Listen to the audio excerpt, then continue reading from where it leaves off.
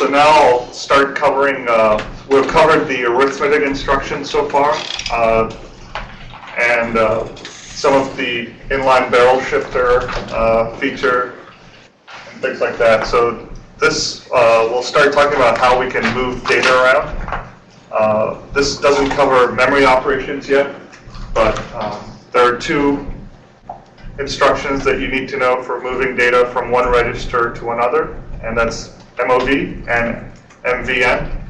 And what MOV does is, just like it says, it just moves the value in one register into another register.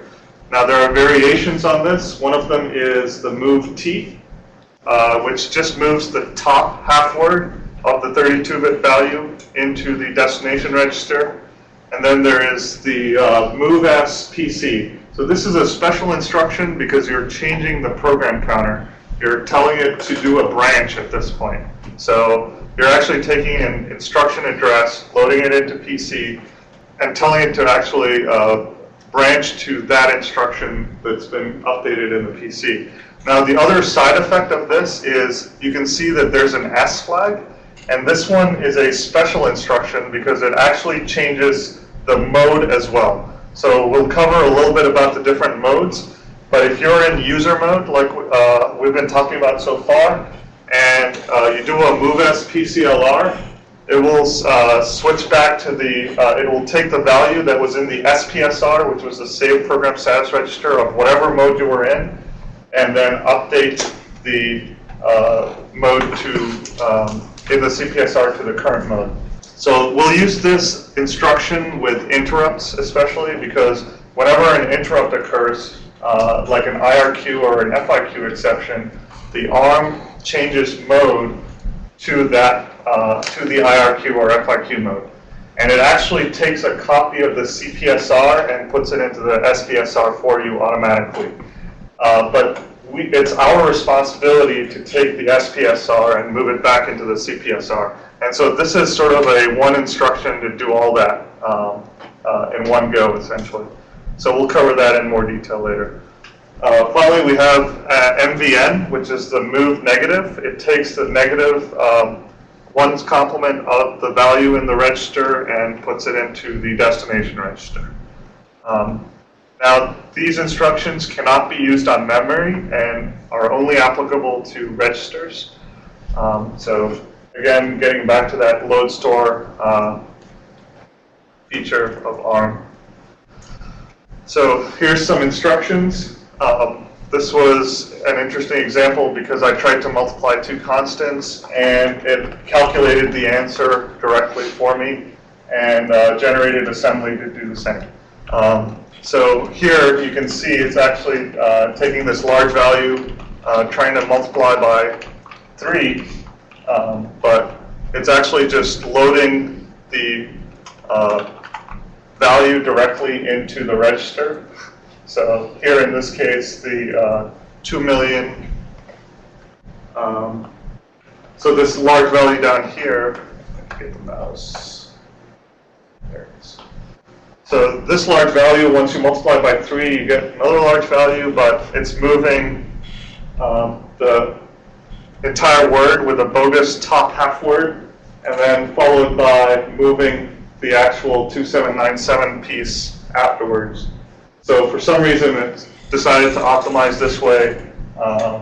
It might not be what you intended for it to do, but that's what it does. So it's just good to know. So here it's moving the lower half word value with a bogus upper half word value, and then finally it replaces that upper half word value with 2797 for your final answer. Is there no move lower half only? There is. So we'll cover that a little bit later. So there's actually, you can do it up to the byte. So you can do byte moves, you can do half word moves, or you can do the 32-bit. Here's another one. But this time we have, we're trying to subtract a really large value from a variable. And so it, again, the way it optimizes for these constants is it loads these by using move W, move top, right, and loads loads them half word at a time, and then does the operation. The other interesting thing I wanted to show you is I was able to get the CPSR value to actually update on this one with the negative. So the trick was to read the APSR, which is the Application Program Status Register, which is a synonym for the CPSR. So these are changes that happened post like ARM v5. So if you look in the example, in the folder example 6, you'll actually see some assembly, inline assembly to read these CPSR values, and I just found it useful. So the next one is how do we do reversing byte order? So sometimes we're all in little endian mode. We store data in different endian mode, and we don't want to use ARM's hardware features to access that memory. Well, this is how you do it. So ARM does all these hardware level optimizations for memory access, but it's better just to stick with one convention, which is little endian. And then if we want to do our own little big endian operation, you can do it in code using RAV, which reverses the byte order and endianness of the value in the register. Reverse 16 just does half word at a time, reversing the byte order. And then finally, I believe reverse SH, it does it for only the lower 16 bits. And it also updates, it does a sign extension, which means if you have a negative value, it treats the lower half word as a 2's complement integer, and extends the sign when it does the operation. So here's an example. So if you have reverse R0, R0, and R0 is filled with A, B, C, D, D, E, FF, then it does it as FF, D, E, C, D, A, B. So it takes, goes basically in reverse byte order and puts that into R0. Similarly, reverse 16, it'll keep the, it'll just take A, B, C, D and reverse those, and then it'll take FF, D, E and reverse those. So this is reverse 16. So if you were to use reverse SH, it just takes these and flips these two on them. Does that make sense? So I just wanted to put this in again. This is the illustrious current program status register with your flags. So the reason I put it in is for these logical operations, which come next. So this is just for your reference. Again, I just put it in there every time, so people don't have to, or they can look it up at the board. Also, I've written them there.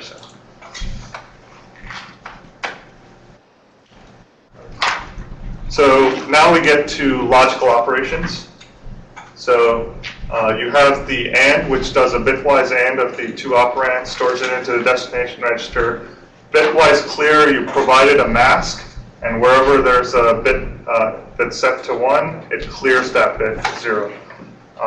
Exclusive OR does the exclusive OR of two operands, stores it into the destination register. ORR is the instruction for bitwise OR, and similarly, bitwise OR not, which takes the ones complement of the second register, and then bitwise ORs it with the first one and stores the result into the destination register. Compare is interesting because all these logical operations actually end up updating your flags. So that's how they figure out whether a logical operation was true or false, is they do it using the flags. So compare, for example, takes the two operands, and you're trying to compare if it's greater than or equals and things like that. It'll actually subtract the two values and then update the appropriate flags, and that's how it does the comparison. So similarly for compare negative, which is a misnomer, there is no real negative, it's just adding the two values in the registers and then setting the flags. Now these two instructions, there is no destination register, so it's just going to either add the two values and then update the flags.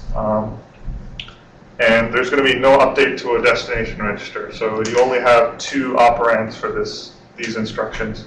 TEQ is similar to exclusive OR. Instead of doing an add and a subtract, now you can do an exclusive OR with two register values, and it updates the flags for equality using an exclusive OR. And finally, the test does an AND. And we'll look at conditional execution a little bit later. That's where these will be useful. So you can actually do a branch based on the logical operation preceding it. So here's an example of AND. And you'll almost always see an AND with an S for updating the flags. And it only takes two operands. Same thing with bitwise OR. And so here you can actually see it's only it's always using an S suffix with the instruction. This one's interesting because here the compare instruction that was generated. So here I have an if condition where I'm taking a exclusive OR of two variables and then checking if the result is greater than 0. So that actually translates into the exclusive OR instruction above, where it takes the two variables, does an exclusive OR, and then it does a comparison to 0. And if it's less than or equal, this is sort of the conditional execution that I was telling you guys about. And based on the earlier logical operations, it's able to decide whether to branch to back to main or back to or whether to go to the add function or subtract function. So these are actually offsets from main to add and subtract. So bitwise clear. So here again, as I had mentioned earlier, it takes the bits that have been set to 1 and clears them. So what it's doing essentially is it's taking the ones complement of the one operand and then ANDing it with the second operand register and storing the result into destination. So the mask can be a shifted value as well. So here I'm just using a simple example for bit clear R2, R0, R1, but you can also provide a logical shift operation on top of this last operand, and you can do some more complex things. And this is especially useful because a lot of ARM uses memory mapped I/O, and you want to be able to set interrupt bits or disable interrupts and things like that. So bit clear comes in very handy for this. So now we'll talk about memory operations. So far, most of the instructions we've covered don't generally touch the memory as much. So the load and store operations are what allow you to get data from memory into the registers and then store them back. So one of the caveats that I found from the manual was that the load store can only load and store data on the boundary alignment that is the same as the data type being used in the program. Load can only, an example of this is load can only load 32-bit values on a memory address that's 4-byte aligned. But you can also do things like half-word aligned memory accesses. And if you want to deal with 64 bits, you actually have to translate that into two 32-bit moves. So an example here is, so when you say LDR R0, R1 in brackets, so what the bracket stands for, you can think of as memory contents of. So you're taking the memory contents of the address that's stored in R1 and putting that value into R0. Okay. Similarly, store goes in the reverse direction. Now you'll notice, if you remember, I had mentioned that the destination register comes first. But in this case, the destination is really memory. So when you say store R0, R1 in brackets, what it's doing is taking the value in register R0 and storing it at the address that's stored in R1. So it's going the opposite direction. LDR, and you can have interesting variations on this same instruction by doing immediate value additions. You can also do shifts using the inline barrel shifter on the same instruction. So for example, LDR R0 with R1, 4 means that take the value or the memory contents of the address in R1, add 4 bytes to it, take the value at that address and store that into R0. And similarly, store does the exact same thing, but in reverse. So it takes the value in R0 and stores it into the value into the address at R1 plus 4. So this square bracket notation is actually called pre-indexed addressing mode. So there are different addressing modes that we'll look at later, where if you want to update the value in R1 here, for example, you can do that.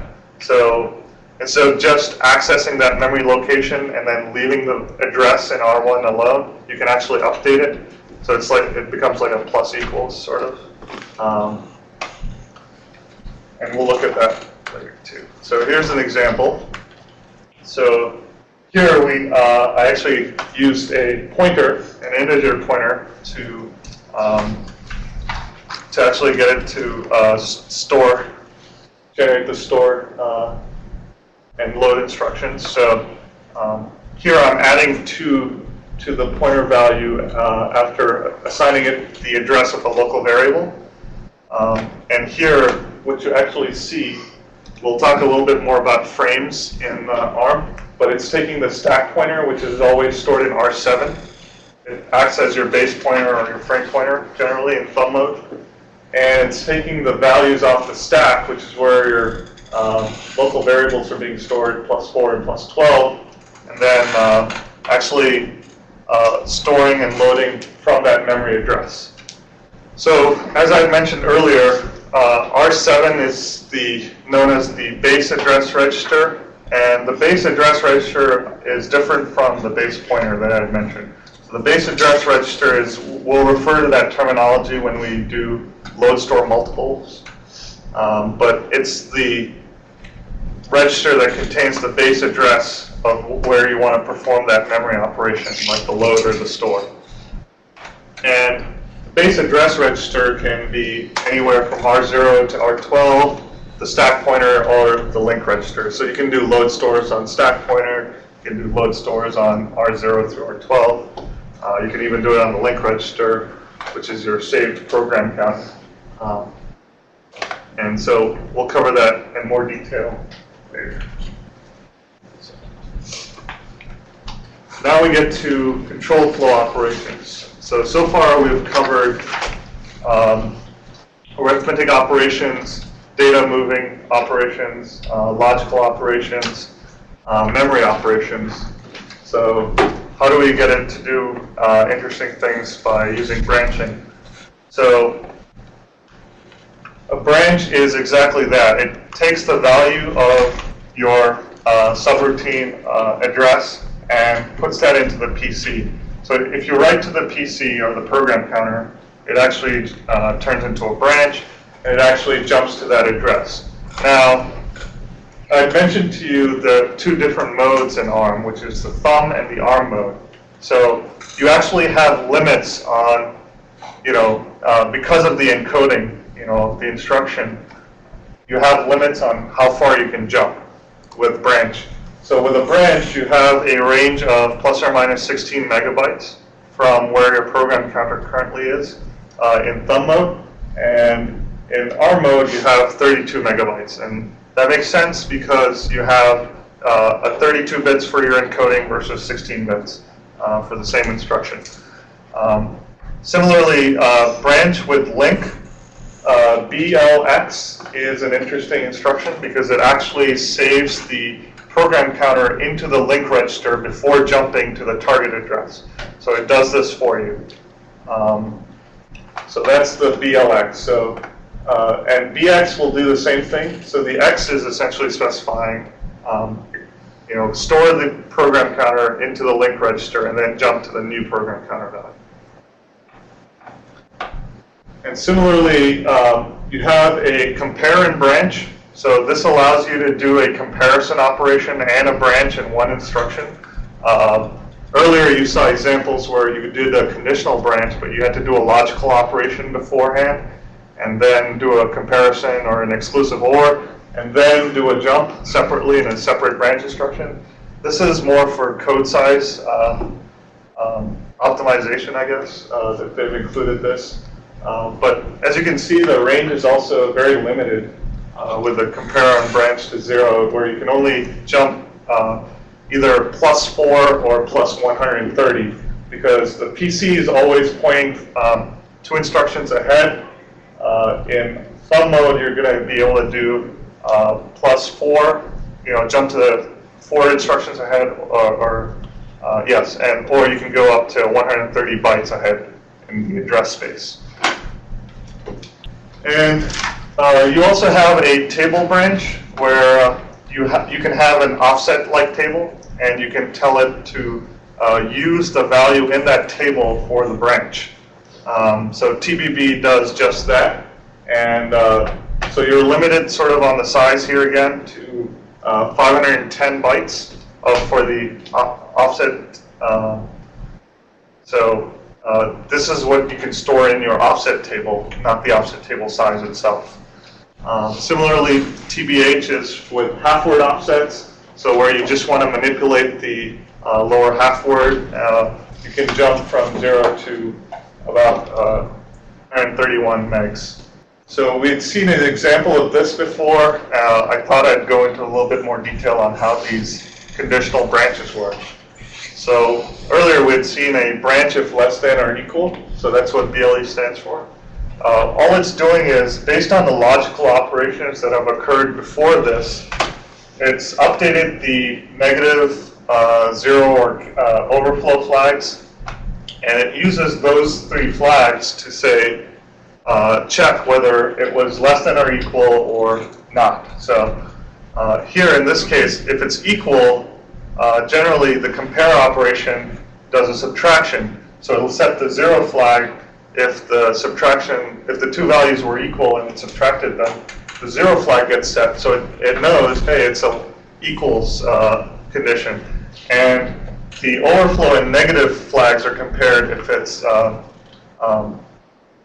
less than or greater than, essentially.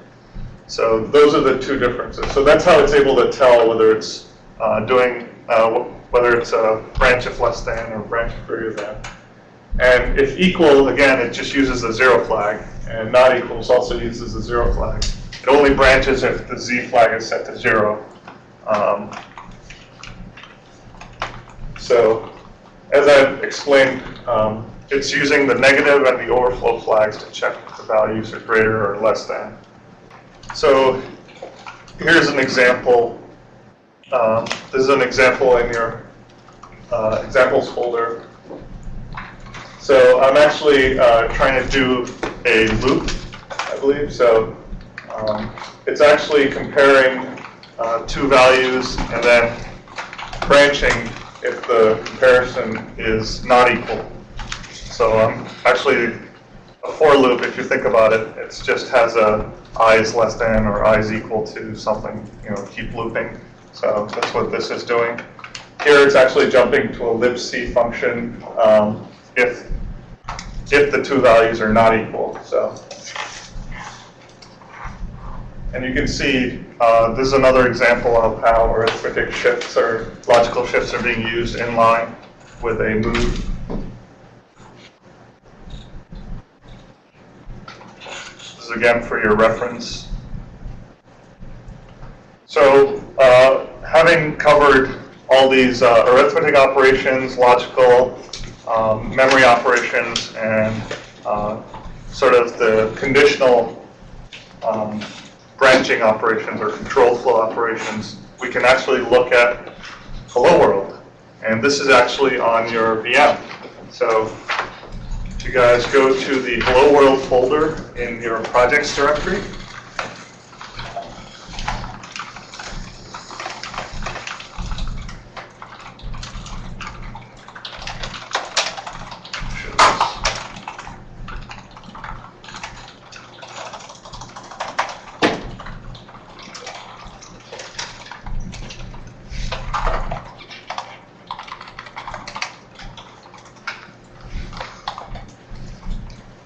So you should already have had your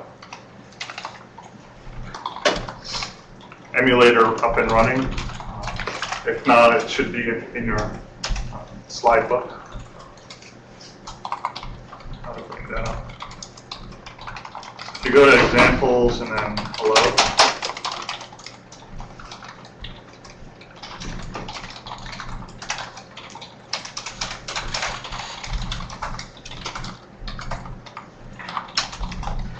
So let me just walk through sort of what's happening in assembly. So these are the instructions beginning with a dot are actually assembler directives, which tell the assembler sort of how to arrange these objects and sort of to identify the different pieces in the code. So in here, we have a global start, which is similar to your main method. And so this is how the operating system knows where to start executing your program. The way you actually do system calls in assembly is you use the syscall number is actually loaded into R7, and then you do a SWI instruction. So this is one of the first instructions that you'll see for changing mode. So SWI actually stands for software and interrupt, and all it does is it changes your processor from user mode, which is what we've been talking about so far, where all your programs run, into supervisor mode. So normally the Linux kernel will be run in supervisor mode, and it has privileged accesses to memory and things like that as compared to user mode. And it can do a lot more things in supervisor mode. So the way to switch to supervisor mode is actually to use the SWI instruction, or recently they've been deprecating SWI and coming out with something called the supervisor call, which is SVC instruction. So you can use either SVC or SWI. And you just, the way you pass the argument to the system call to specify which system call it is use R7. So in this case, you can see I'm setting R7 to 4 for syswrite system call, and I'm setting the file descriptor to 1, which stands for stdout. The message, actually, you can specify using a ASCII Z directive for the assembler, which says this is just a string. Place it somewhere in read-only memory, and whenever you say message colon here, can't really see that very well. Makes it tinier, but it's actually message. So whenever you reference message, it refers to the address of this string essentially. And so you're loading the file descriptor as the first argument to your syswrite call, followed by your string's address. Finally, you pass it the length of the string. So in this case, it's 14 characters, including the new line. And then you move the syswrite number, which is 4. There's actually online, you can find plenty of references for syscall numbers. And then you just call SWI, and it makes the system call. It switches to supervisor mode, kernel takes over, sees that it's trying to run a syswrite system call, runs the system call, and then comes back. And then all I do is a similar thing, but for sysexit, to exit the code.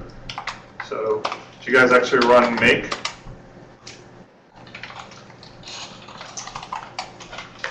it'll generate the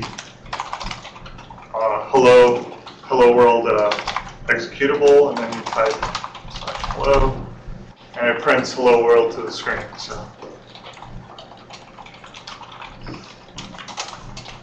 and if you look at the make file,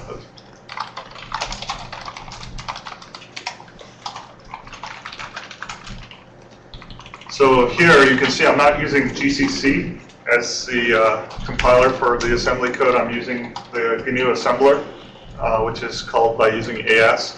And then I have a separate linker, which is actually, I believe it's called Gold, GNU linker. So that's LD.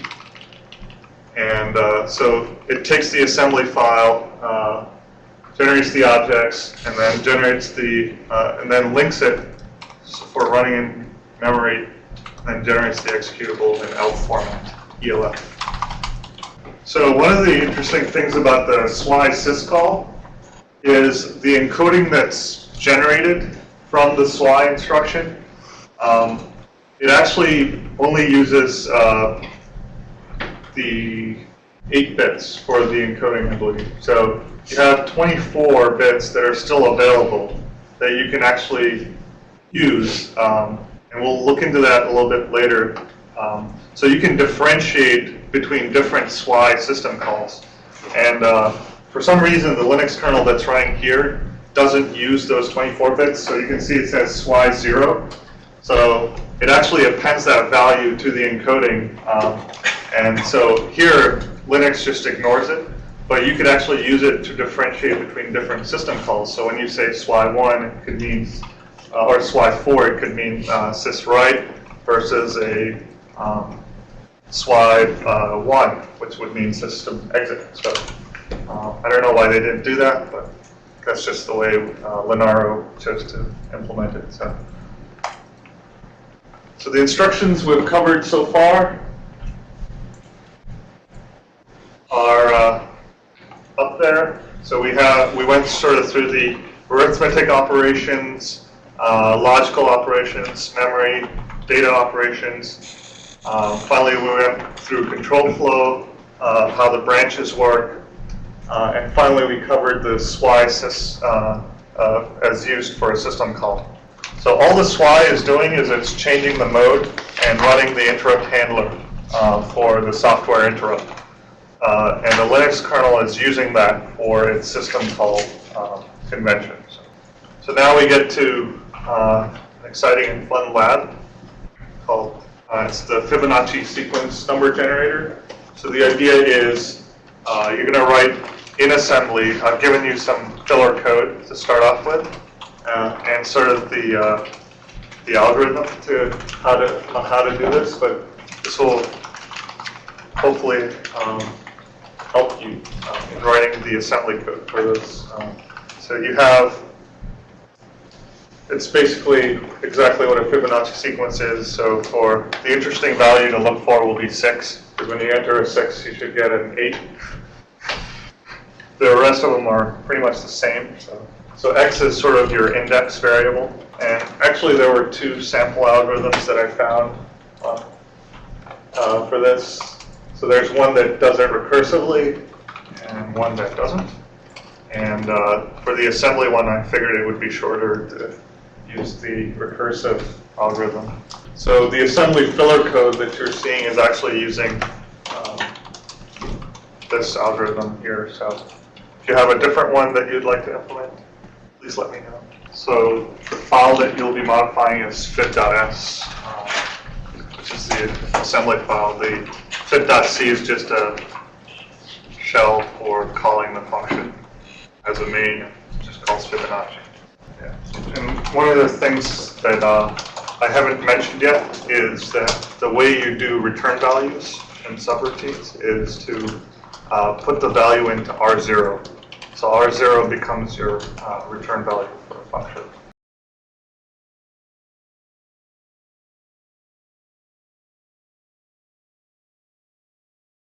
All right, so this is actually a possible solution.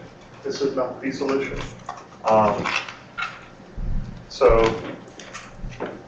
just like the recursive algorithm that was shown earlier, first thing to do is we compare to see if the value is less than or equal to 0. So x gets passed into us in register R0. So we'll see this a little bit more in detail later, but ARM's calling convention for calling methods is to pass the arguments to a method in the registers R0, 1, 2, and 3. It doesn't use the stack like you've seen in x86. So there's a certain calling convention when you call methods in ARM. So what it's doing here first is it's saving R3, R4, R5 and the link register onto the stack so that it can mess with the values, right? And before it exits out of the function, it actually restores it using a pop. So this was sort of the first instructions that we covered, was the push and the pop. So it's just pushing all these register values and saving them so it can use R3, R4 for other operations, and then popping them off the stack before it returns. And if you look, the way it returns is actually to pop the value into the program counter, thereby causing a branch back to the calling function. In this case, it was main. So the first thing the recursive algorithm showed was to do a comparison of the index with 0, see if it's less than or equal, and to return 0 if it is, and otherwise return a 1 if it's equal to 1. So that's exactly what we do here. So here it's actually using something called labels. This should have been provided for you. So when you say a .L3, it actually refers to the instruction address down here. So it's just a sort of labeling in assembly. I'm sure you've seen this before. So first thing it's doing here, interestingly, I did what Benjamin had suggested from the remote site, which was to write the code in C, generate the assembly, cheat a little bit, just to see what would be produced. So as you can see, instead of doing a comparison operation, it's doing a direct subtraction, which is what a compare actually is. But it's updating the flags in the process, right, using a sub s. So it's comparing the index being passed in to the value 0, and if it's less than or equal, then it jumps to L3, where it actually sets the return value, which is also passed using R0 to 0, and then it's returning by restoring the stack and the program counter. So when it entered the method, it saved the link register onto the stack, which is where the calling method is coming from. That the main's address is stored in the link register, so it saves that on the stack, and when it returns, it restores that link register back into the PC, and the program counter now points back to main, and it's back where it called Fibonacci. Does that make sense? So we'll get more in detail into calling convention a little bit later. So once it's compared to 0, and then it's compared to see if it's equal to 1, it goes to either of these two where it returns a 0 or a 1. Okay. So this is sort of exactly what we saw with these two C statements right here. So this jumps to a .L3 label. This jumps to .L4 label, right, and returns 0 or 1 accordingly. So that's what these two are. And finally, the recursive portion of this, which is interesting, is it actually adds a really large value, which is FFFFFF, which in 2's complement notation is a -1. So in order to subtract 1, it chose to add this really large value constant to R4. And if you see here, R4 actually has the value of R0 stored in it. So the index value X is being stored in R4 like a variable, and it's being used here to subtract 1 and then return, do a recursive return. And similarly, when it wants to subtract 2, So it's passing the index value here to Fibonacci. So R0 becomes the first argument to Fibonacci here as well as here. So all it's doing is it's taking the local variable for which is a copy of x, subtracting 1, calling Fibonacci, and then subtracting 2, calling Fibonacci again. Now, finally, after the recursive call is made, it actually does add the two values. So here, from this branch, you'll get a value in R0, and from this one, you'll get a value in R5. It adds the two, stores that in R0, and then returns the value. Does that make sense? So this is where it's adding the return values from the two Fibonacci recursive calls. So the interesting thing to note here is that you get the return value in R0 here, and it saves that value into R5 before it makes this next recursive call, right? So hopefully everyone was able to get this.